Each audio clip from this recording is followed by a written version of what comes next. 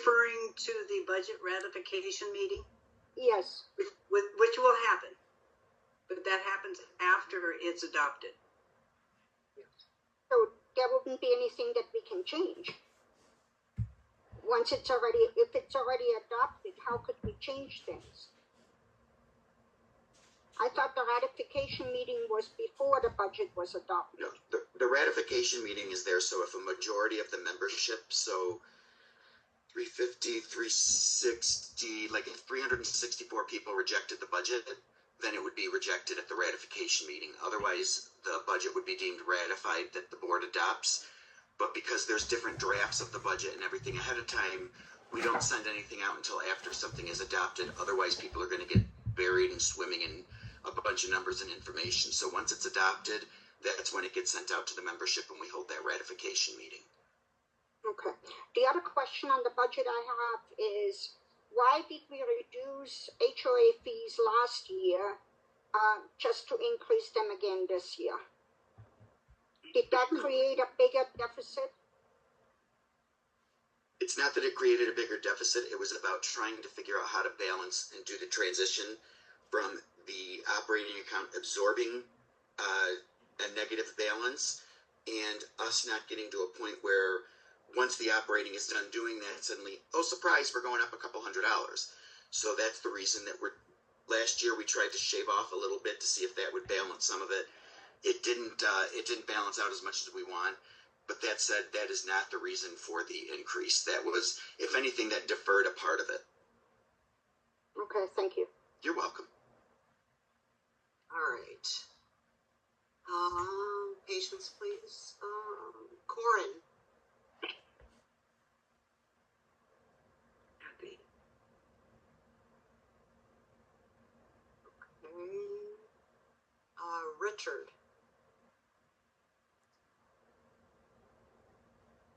Steve Peasley.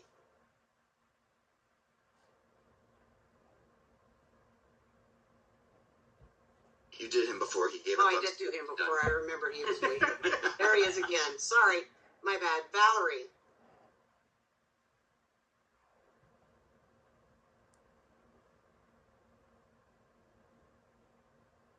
All right. I have Corin saying that her microphone didn't work. Corin, do you want to send me what you want to say in the chat, and I'll read it out loud for you.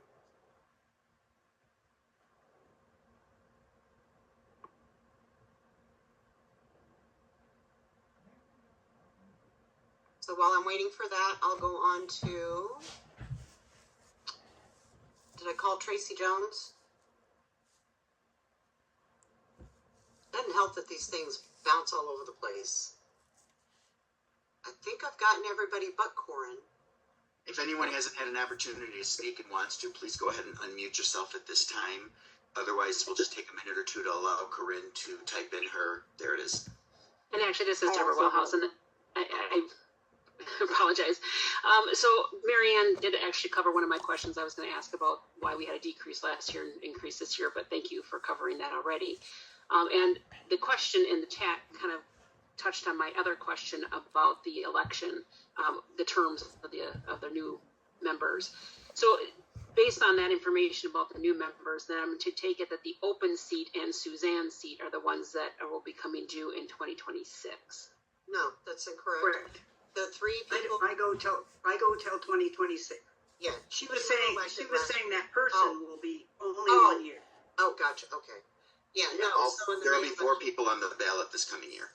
And then we'll have to stagger those terms at the same time. And the years will be staggered so that they remain. So 2 people will be elected for a 2-year term, and 2 people will be elected to a 1-year term. Okay, but Suzanne will keep it till 2026. Okay, I think I understand. Yeah, she was elected last year, so she's got another year and a half to go. Thank you so much. Thank you. So for Corinne's question, I can answer that because it's my fault. I'm the one. I actually have a meeting that I'm leaving for in about 5 minutes. I have a hard cutoff at 4:40 because I have another in-person meeting that I have to go to tonight.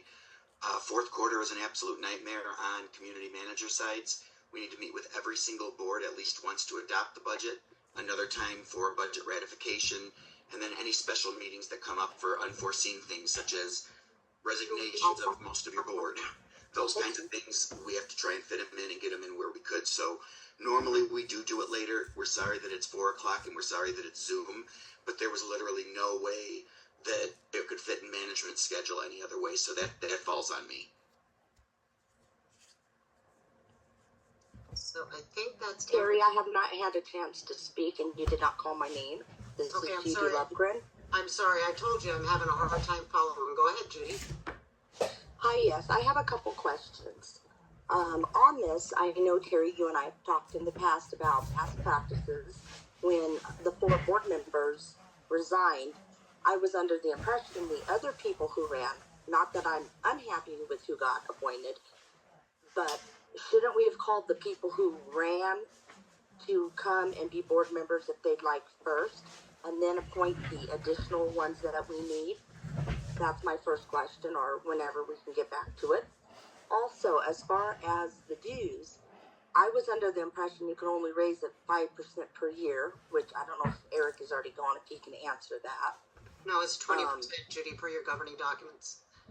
Okay, I hadn't had a chance to read because I didn't know what was happening here yet.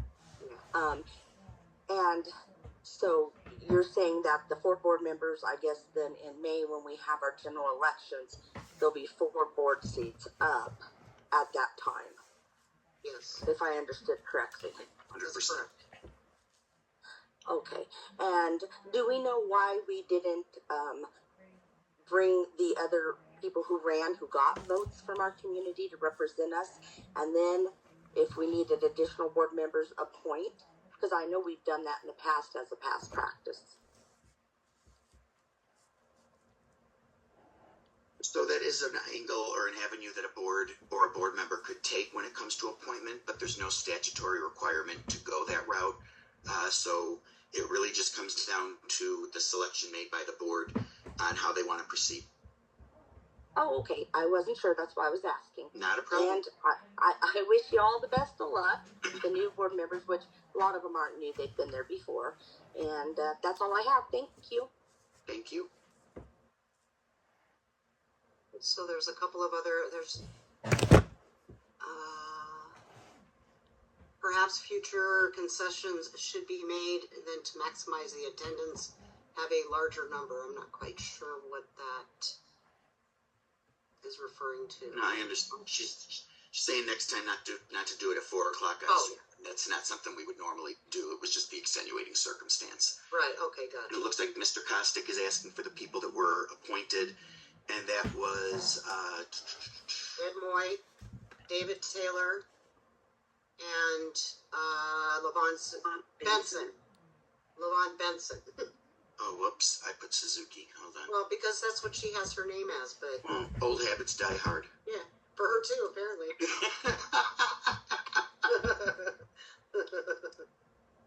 All right, is So there who was anybody the that last has? one?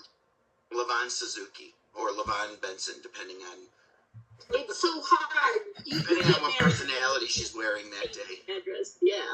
Try changing your name on everything. Medical and everything. All right, I think we've gotten everybody. If there's anybody I missed, please unmute yourself now at this time. And I apologize if I missed your name. Well, I already spoke, but I wanted to say this before everybody leaves. I hope everybody has a wonderful Thanksgiving. Yes, thank you, and happy Thanksgiving to everyone as well. Thank you. Yes, thank you. Thank you. And with no further business, can we get a motion to adjourn at 4:39 p.m.? I make a motion to adjourn. Ed Moyes made a motion. Can I get a I second? second. LaVon I seconded. All in favor? Aye. Fabulous. You guys, thank you so much for attending and taking the time out of your day. Wish you happy holidays, and thank you so much. See you next year. All right, take care, everybody. Be safe. I need to go back to bed. All right. Bye, Anja. Have fun in Germany. Yes. The recording has stopped. Thank you. You're welcome. Thank you.